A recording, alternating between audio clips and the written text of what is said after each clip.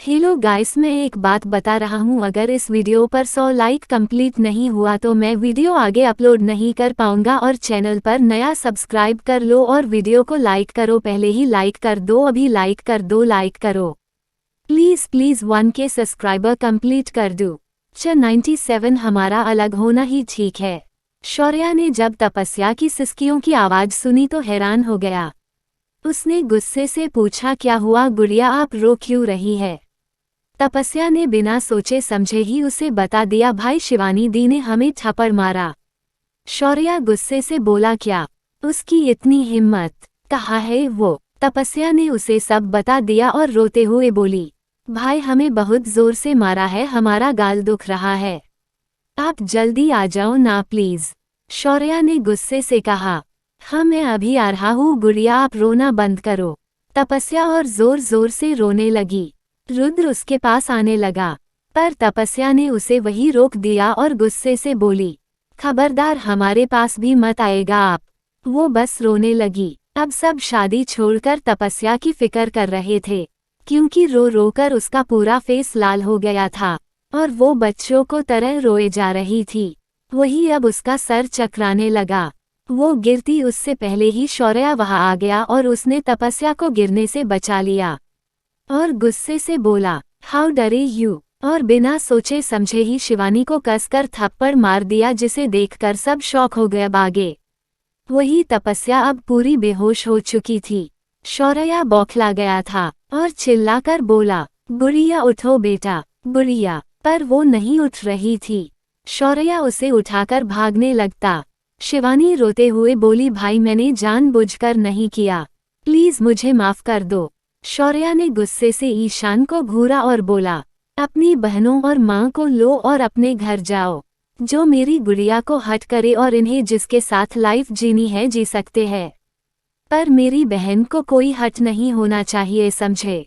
ईशान भी कुछ नहीं कह पाया। वो भी अब तक शौक था, उसे अपनी बहनों से ऐसी उम्मीद नहीं थी।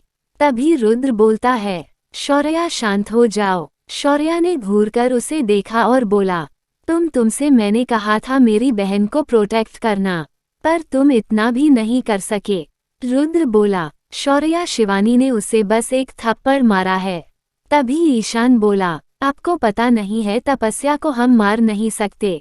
रुद्र बोला, क्यों? ईशान बोला, वो हार्ट की मरीज है और उसे कोई भी सदमा लगेगा तो उसकी हालत और खबर हो जाएगी और उसकी जान भी जा सकती है। रुद्र उसकी बात सुनकर शॉक जो गया था। उसे अब तक तपस्या के बारे में कुछ पता ही नहीं था, वो और डर गया। अगर शीरिया को पता चला हमने भी उसकी बहन को मारा था तो वो हमें भी वहां उनकी लाइफ से निकाल देगा। वहीं अब शिवानी और काव्या दोनों भी बाहर खड़ी में रही थी। सक्षम को अब काव्या के लिए बुरा जगने लगता है। वो जैसे ही आगे आकर उसे अपने सीने से लगाने ही वाला था, तभी ईशान बीच में आकर काव्या और शिवानी को अपने साथ ले जाने लगा। अंश अब भी वही खामोश खड़ा था। सक्षम और रुद्र उसके पास आ जाते हैं और उसे समझाकर अपने साथ ले जाने लगता है।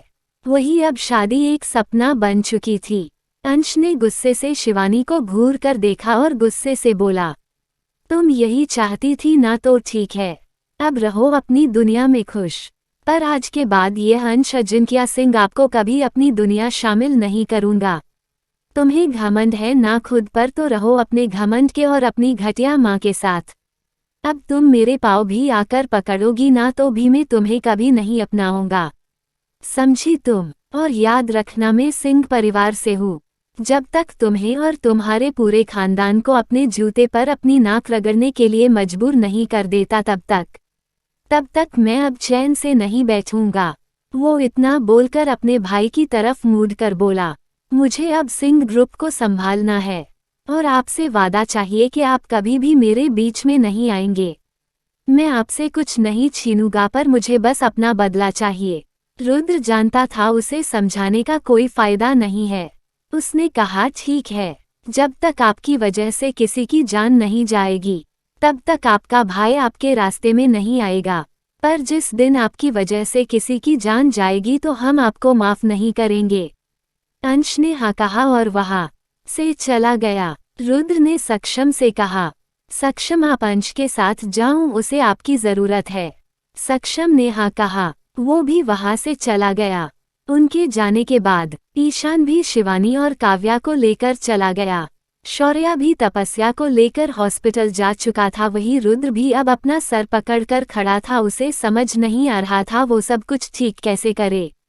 वही रुद्र भी अब महल आ जाता है, और जब वो आता है तो थोड़ी देर बाद वहां शौर्या भी तपस्या को लेकर आ जाता है। रुद्र उसके पास जाकर पूछता है अब इनकी तबीयत कैसी है। शौर्या उसे अपना हाथ दिखाकर रोक देता है और बोला, रुद्र आप बहुत अच्छे हैं, पर आप मेरी गुड़िया की केयर नहीं कर सकते हैं। प्लीज आप अगर उसकी केयर नहीं कर सकते हैं तो आप मेरी गुड़िया से दूर रहिए। इतना बोलकर वो तपस्या को सोफे पर सुला देता है और गुस्से से चिल्ला कर बोला, बुआ बुआ कहाँ हो आप, निकलो बाहर। तभी वहां जया जी, अभीर, शिवम और समायरा भी आ जाते हैं। चाचा चाची दोनों इस वक्त घर में नहीं थे। जया जी भी शीरिया को देखकर बोली, क्या हुआ है शौर्या, और यह कौन सा तरीका है हमसे ऐसे बात करने का। बुआ है हम तुम्हारी, और तुम इस वक्त हमसे कैसे बात कर रहे हो। शौर्या गुस्से से बोला, आपकी बेटी मेरी गुड़िया को थप्पड़ मार सकती है, और मैं आपसे ऊंची आवाज में बात भी नहीं कर सकता। हाँ आप अभी के अभी यहाँ से जा सकती है। ये घर हमारा है, इस पर आपका कोई हक नहीं है। दादू ने आपको गोद लिया था, जब वो ही नहीं है तो आप यहाँ नहीं रह सकती। जया जी शौक हो जाती है। तभी रुद्र बोला, शांत हो जाओ शौर्या, हम इसे ठंडे दिमाग से भी बात कर सकते हैं। शौर्या गुस्से से आगे कुछ भी कह पाता उससे पहले ही तपस्या की आंखें खुल चुकी थी। वो धीरे से बोली, भाई सा आप। शौर्या खुद को शांत करता है और प्यार से बोला, गुड़िया आपको भूख लगी होगी, आप चलो मैं आपको खिला देता हूँ। तपस्या नामे अपना सर हिला कर बोली, नहीं भाई हमें यहाँ नहीं रहना। ये हमें डांटते हैं, चिल्लाते हैं, हमारी केयर भी नहीं करते हैं और हमसे प्यार भी नहीं करते हैं, और वो बस रोने लगती है।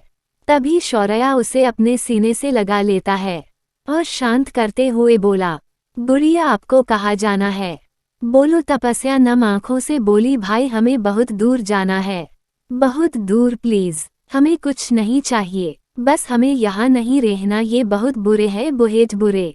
रुद्र उसकी बात सुनकर शॉक हो जाता है। वो बोला, पर मैंने ऐसा कब किया। तपस्या रोते हुए बोली, हमने कल से कुछ नहीं खाया, क्या आपको पता है।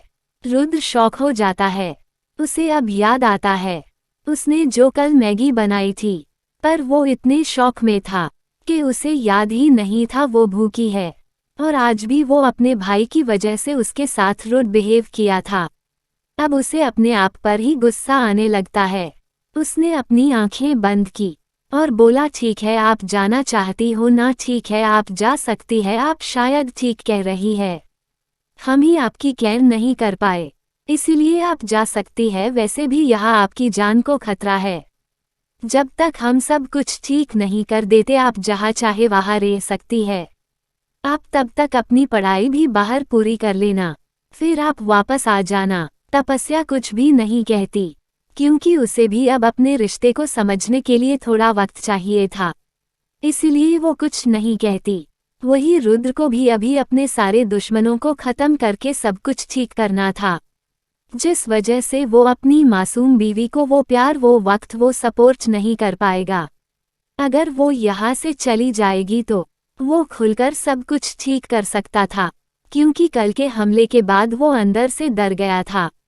वो भले ही तपस्या को कुछ नहीं बता पाया था, पर सच तो यही था, उसकी जान को बहुत बड़ा खतरा था, इसीलिए उसका यहाँ से जाना ही ठीक था।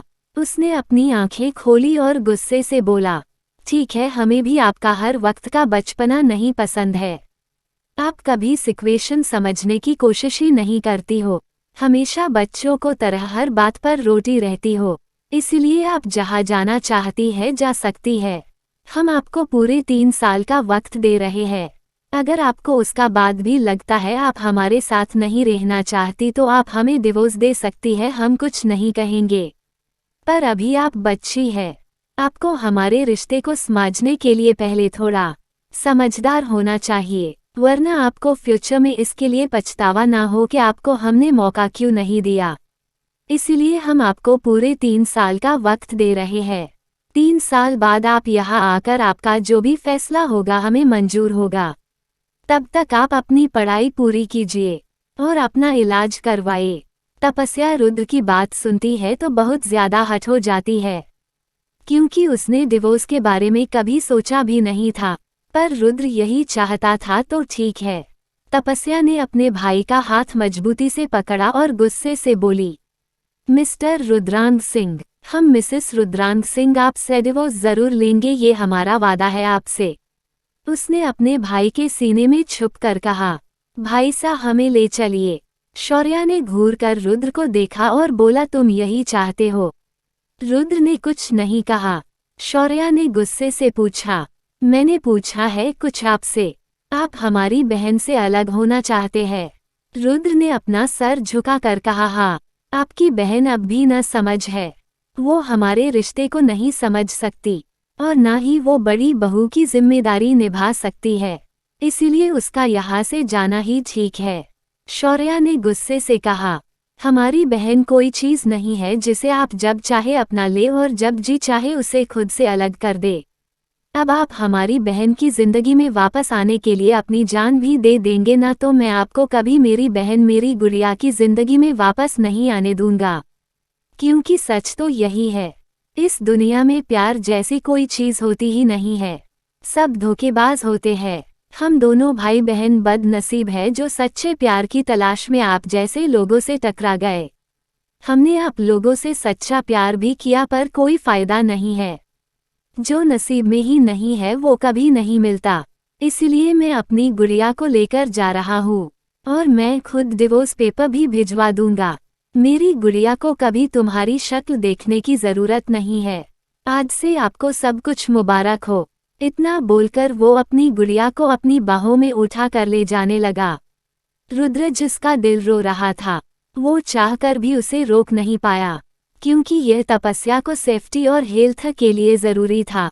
वो अभी भी बहुत छोटी थी उनके रिश्ते को समझने के लिए, और वो अच्छे से जानता था वो जब सब ठीक कर देगा तो वो अपनी जान को वापस ले आएगा। उसे मनाना रुद्र के हिसाब से आसान था, इसीलिए उसने उसे नहीं रोका। वही तपस्या का दिल कह रहा था रुद्र उसे जरूर रोकेगा, पर ऐसा कुछ हुआ नहीं। और तपस्या का मासूम दिल आज टूट गया था और वो अपने भाई के साथ चली गई अब आगे। उनके जाने के बाद रुद्र के थामे हुए आंसू बह निकले। वो अपनी जान से अलग रह ही नहीं सकता था, पर अब बात तपस्या की जान की थी। दुश्मनों की चालें और खतरनाक होती जा रही थी। इस बीच में अगर तपस्या को कुछ हो जाता तो वो जीते जी ही मर जाता। वो तपस्या से दूर रह सकता था पर उसे खोकर जिंदा नहीं रह सकता था। पीछे से जाया जी बोली, जब वो ही नहीं है जिसकी वजह तुम यहाँ हो तो तुम्हें नहीं लगता तुम्हें भी यहाँ से चले जाना चाहिए? अब रुद्रांग ने उन्हें बड़े ही प्यार से कहा, हमारे ख्याल से फिलहाल सारी प्रॉपर्टी हमारे नाम है और हम ही यहाँ के नए राजा भी हैं। और आपके बच्चे पहले ही अपने घर जा चुके हैं, तो आपको नहीं लगता आपको भी अपना बोरिया बिस्तर उठाकर यहाँ से निकल जाना चाहिए? जया जी शॉक हो गई। वो बोली, मेरे बच्चे वापस कैसे जा सकते, वो भी मुझे बिना बताए? रुद्र बोला, यह आप जानो और आपके बच्चे जाने, अब आप यहाँ से जा सकती है। और हाँ तपस्या, अब भी हमारी बीवी है, हमारा रिश्ता खत्म नहीं हुआ है। और अभय दादू ने हमें ये प्रॉपर्टी और यह पोजीशन आपके घर का घर जमाई होने की वजह से नहीं दी है, आप सबकी सेफ्टी के लिए दी है। और सबकी सेफ्टी के लिए हमें जो करना पड़े वो हम करेंगे। अब आप यहाँ से जा सकती है। शिवम, इन्हें घर के बाहर फेंक दो। इतना बोलकर वो अपने कमरे की तरफ बढ़ गया, क्योंकि वो काफी टूटा हुआ था। आज उसने खुद के लिए बहुत ही तकलीफदेह फैसला जो लिया था वही और रोकी और आकांक्षा, जिन्हें अब तक किसी चीज की कोई खबर भी नहीं थी, वो अपने हिसाब से कल के हुए हमले के मास्टरमाइंड को पकड़ने के पीछे लगे हुए थे, जहां से उन्हें काफी क्लूस राजवंश ग्रुप और कृतिका की तरफ इशारा कर रहे थे। पर उसे भी नहीं समझ आ रहा था वो कैसे ये सब कैसे पता लगाए, क्योंकि उनके पास सबूत ना के बराबर थे। बस इसलिए वो तीनों अभी तक सिर्फ इन्वेस्टिगेशन में लगे हुए थे। वही रुद्र ने राका को फोन किया और बोला, राका एक जिम्मेदारी का काम दे रहे हैं हम आपको। राका ने फौरन कहा, भाई आपके लिए जन भी हाजिर है, हुक्म कीजिए। रुद्र ने कहा, आपकी भाभी सा और उनके भाई सा आज और अभी देश के बाहर जा रहे हैं, इसलिए अब आप ही उनकी सिक्योरिटी का ध्यान रखेंगे। आज से आप अपनी भाभी सा के सीक्रेट गार्ड होंगे। ध्यान रहे किसी को भी पता नहीं चलना चाहिए वो लोग कहाँ गए, पर हमें उनके पल पल की खबर चाहिए। राका ने कहा, जी भाई हो जाएगा। आज से भाभी सा की जिम्मेदारी हमारी है, हम अपनी जान पर खेल कर भी उन्हें कुछ नहीं होने देंगे। रुद्र ने हाँ कहा और फोन काट दिया। फिर अपनी आंख बंद करके अपने और तपस्या के प्यारे लम्हों को याद करने लगा और वो अपनी यादों में खो गया। वही दूसरी तरफ तपस्या और शौर्या दोनों ही एयरपोर्ट पर बैठे थे और आज ही वो यहाँ से कैलिफोर्निया जा रहे थे, जहाँ शौर्या के मामा जी रहते थे।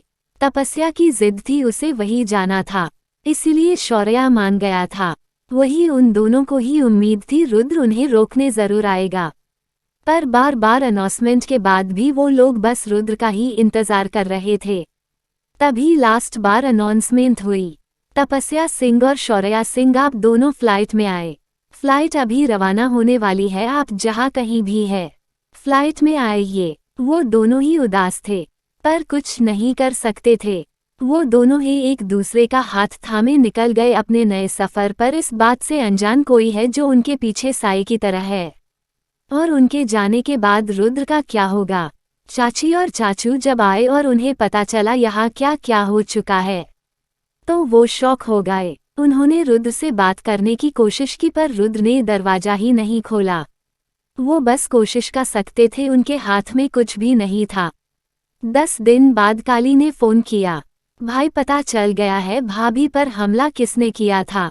रुद्र गुस्से से बोला, कौन है वो। काली, भाई वो कोई और नहीं कृतिका और उसका बॉयफ्रेंड है। रुद्र गुस्से से घसीटकर लाओ उन्हें हमारे ब्लैक चेम्बर में। काली ने हाँ कहा और फोन काट दिया। वही अब रुद्र ने सोच लिया था अब किसी को नहीं छोड़ना है। वो 5 खानदानों को अब जड़ से खत्म करना चाहता। अब यही उसका मकसद था और यही उसका फर्ज था। वो जल्दी से जल्दी सब खत्म करके अपनी जान को अपने पास वापस लाना चाहता था। Repeated chapter. शौर्या ने गुस्से से कहा, हमारी बहन कोई चीज नहीं है जिसे आप जब चाहे अपना ले और जब जी चाहे उसे खुद से अलग कर दे। अब आप हमारी बहन की जिंदगी में वापस आने के लिए अपनी जान भी दे देंगे ना तो मैं आपको कभी मेरी बहन मेरी गुड़िया की जिंदगी में वापस नहीं आने दूंगा। क्योंकि सच तो यही है, इस दुनिया में प्यार जैसी कोई चीज होती ही नहीं है, सब धोखेबाज होते हैं। हम दोनों भाई बहन बदनसीब है जो सच्चे प्यार की तलाश में आप जैसे लोगों से टकरा गए। हमने आप लोगों से सच्चा प्यार भी किया पर कोई फायदा नहीं है। जो नसीब में ही नहीं है वो कभी नहीं मिलता। इसलिए मैं अपनी गुड़िया को लेकर जा रहा हूँ और मैं खुद डिवोर्स पेपर भी भिजवा दूंगा। मेरी गुड़िया को कभी तुम्हारी शक्ल देखने की जरूरत नहीं है। आज से आपको सब कुछ मुबारक हो। इतना बोलकर वो अपनी गुड़िया को अपनी बाहों में उठा कर ले जाने लगा। रुद्र जिसका दिल रो रहा था वो चाहकर भी उसे रोक नहीं पाया, क्योंकि यह तपस्या को सेफ्टी और हेल्थ के लिए जरूरी था। वो अभी भी बहुत छोटी थी उनके रिश्ते को समझने के लिए और वो अच्छे से जानता था वो जब सब ठीक कर देगा तो वो अपनी जान को वापस ले आएगा। उसे मनाना रुद्र के हिसाब से आसान था, इसलिए उसने उसे नहीं रोका। वही तपस्या का दिल कह रहा था रुद्र उसे जरूर रोकेगा, पर ऐसा कुछ हुआ नहीं और तपस्या का मासूम दिल आज टूट गया था और वो अपने भाई के साथ चली गई। अब आगे उनके जाने के बाद रुद्र के थामे हुए आंसू बह निकले। वो अपनी जान से अलग रह ही नहीं सकता था, पर अब बात तपस्या की जान की थी। दुश्मनों की चालें और खतरनाक होती जा रही थी। इस बीच में अगर तपस्या को कुछ हो जाता तो वो जीते जी ही मर जाता। वो तपस्या से दूर रह सकता था पर उसे खोकर जिंदा नहीं रह सकता था। पीछे से जाया जी बोली, जब वो ही नहीं है जिसकी वजह तुम यहाँ हो तो तुम्हें नहीं लगता तुम्हें भी यहाँ से चले जाना चाहिए। अब रुद्रांग ने उन्हें बड़े ही प्यार से कहा। हमारे ख्याल से फिलहाल सारी प्रॉपर्टी हमारे नाम है और हम ही यहाँ के नए राजा भी हैं। और आपके बच्चे पहले ही अपने घर जा चुके हैं, तो आपको नहीं लगता आपको भी अपना बोरिया बिस्तर उठाकर यहाँ से निकल जाना चाहिए? जया जी शॉक हो गई। वो बोली, मेरे बच्चे वापस कैसे जा सकते, वो भी मुझे बिना बताए? रुद्र बोला, यह आप जानो और आपके बच्चे जाने, अब आप यहाँ से जा सकती है। और हाँ तपस्या, अब भी हमारी बीवी है, हमारा रिश्ता खत्म नहीं हुआ है। और अभय दादू ने हमें ये प्रॉपर्टी और यह पोजीशन आपके घर का घर जमाई होने की वजह से नहीं दी है, आप सबकी सेफ्टी के लिए दी है। और सबकी सेफ्टी के लिए हमें जो करना पड़े वो हम करेंगे। अब आप यहाँ से जा सकती है। शिवम, इन्हें घर के बाहर फेंक दो। इतना बोलकर वो अपने कमरे की तरफ बढ़ गया, क्योंकि वो काफी टूटा हुआ था। आज उसने खुद के लिए बहुत ही तकलीफदेह फैसला जो लिया था, वही और रोकी और आकांक्षा, जिन्हें अब तक किसी चीज की कोई खबर भी नहीं थी, वो अपने हिसाब से कल के हुए हमले के मास्टरमाइंड को पकड़ने के पीछे लगे हुए थे, जहां से उन्हें काफी क्लूस राजवंश ग्रुप और कृतिका की तरफ इशारा कर रहे थे। पर उसे भी नहीं समझ आ रहा था वो कैसे ये सब कैसे पता लगाए, क्योंकि उनके पास सबूत ना के बराबर थे। बस इसलिए वो तीनों अभी तक सिर्फ इन्वेस्टिगेशन में लगे हुए थे। वही रुद्र ने राका को फोन किया और बोला, राका, एक जिम्मेदारी का काम दे रहे हैं हम आपको। राका ने फौरन कहा, भाई आपके लिए जन भी हाजिर है, हुक्म कीजिए। रुद्र ने कहा, आपकी भाभी सा और उनके भाई सा आज और अभी देश के बाहर जा रहे हैं, इसलिए अब आप ही उनकी सिक्योरिटी का ध्यान रखेंगे। आज से आप अपनी भाभी सा के सीक्रेट गार्ड होंगे। ध्यान रहे किसी को भी पता नहीं चलना चाहिए वो लोग कहाँ गए, पर हमें उनके पल पल की खबर चाहिए। राका ने कहा, जी भाई, हो जाएगा। आज से भाभी सा की जिम्मेदारी हमारी है, हम अपनी जान पर खेलकर भी उन्हें कुछ नहीं होने देंगे। रुद्र ने हाँ कहा और फोन काट दिया। फिर अपनी आंख बंद करके अपने और तपस्या के प्यारे लम्हों को याद करने लगा और वो अपनी यादों में खो गया। वही दूसरी तरफ तपस्या और शौर्या दोनों ही एयरपोर्ट पर बैठे थे और आज ही वो यहाँ से कैलिफोर्निया जा रहे थे, जहाँ शौर्या के मामा जी रहते थे। तपस्या की जिद थी, उसे वही जाना था, इसलिए शौर्या मान गया था। वही उन दोनों को ही उम्मीद थी रुद्र उन्हें रोकने जरूर आएगा, पर बार बार अनाउंसमेंट के बाद भी वो लोग बस रुद्र का ही इंतजार कर रहे थे। तभी लास्ट बार अनाउंसमेंट हुई। तपस्या सिंह और शौर्या सिंह, आप दोनों फ्लाइट में आए। फ्लाइट अभी रवाना होने वाली है, आप जहाँ कहीं भी है फ्लाइट में आइए। वो दोनों ही उदास थे, पर कुछ नहीं कर सकते थे। वो दोनों ही एक दूसरे का हाथ थामे निकल गए अपने नए सफर पर, इस बात से अनजान कोई है जो उनके पीछे साई की तरह है। और उनके जाने के बाद रुद्र का क्या होगा? चाची और चाचू जब आए और उन्हें पता चला यहाँ क्या क्या हो चुका है, तो वो शॉक हो गए। उन्होंने रुद्र से बात करने की कोशिश की, पर रुद्र ने दरवाजा ही नहीं खोला। वो बस कोशिश कर सकते थे, उनके हाथ में कुछ भी नहीं था। 10 दिन बाद काली ने फोन किया, भाई पता चल गया है भाभी पर हमला किसने किया था। रुद्र गुस्से से बोला, कौन है वो? काली, भाई वो कोई और नहीं, कृतिका और उसका बॉयफ्रेंड है। रुद्र गुस्से से घसीट कर लाओ उन्हें हमारे ब्लैक चेम्बर में। काली ने हाँ कहा और फोन काट दिया। वही अब रुद्र ने सोच लिया था अब किसी को नहीं छोड़ना है। वो 5 खानदानों को अब जड़ से खत्म करना चाहता। अब यही उसका मकसद था और यही उसका फर्ज था। वो जल्दी से जल्दी सब खत्म करके अपनी जान को अपने पास वापस लाना चाहता था।